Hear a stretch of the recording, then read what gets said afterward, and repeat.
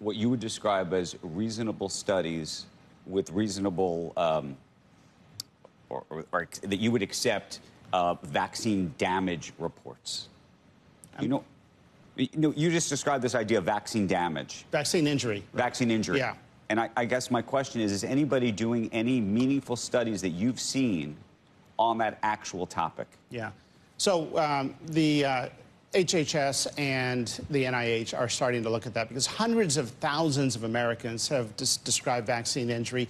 I personally know of some cases. I know of one friend who lost a parent from the COVID vaccine. I'm not saying that's a contraindication. I'm just saying there were some complications. Right. And when you blow them off entirely and say, look, it's 100% safe and effective, you alienate part of the public. But you can rule out certain things. I mean, spike proteins don't last forever. Messenger RNA doesn't.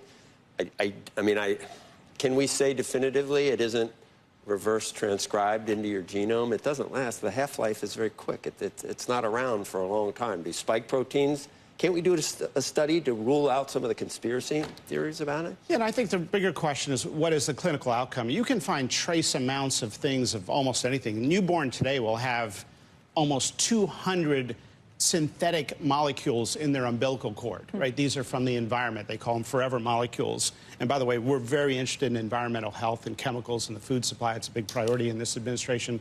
But yeah, we could benefit from some better studies. I think people think that we at the FDA commission our own studies. We don't. We review applications and we try to make determinations to the best of our ability. And we're trying to get rid of the idle time. Why do we do these studies where we sit around and wait for the clinical endpoints and then submit a gigantic application with manufacturing information? We can use that idle time to review the manufacturing application data before we get the final endpoints, and then get the final endpoints as a supplement and make a decision in a month instead of a year. But for example, what do you make of like the measles outbreak that's taking place in this country?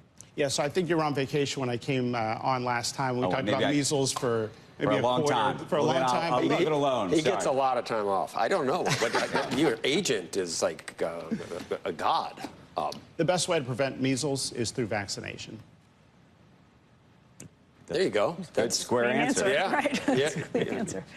You didn't need to be here for that. Yeah. Marty, something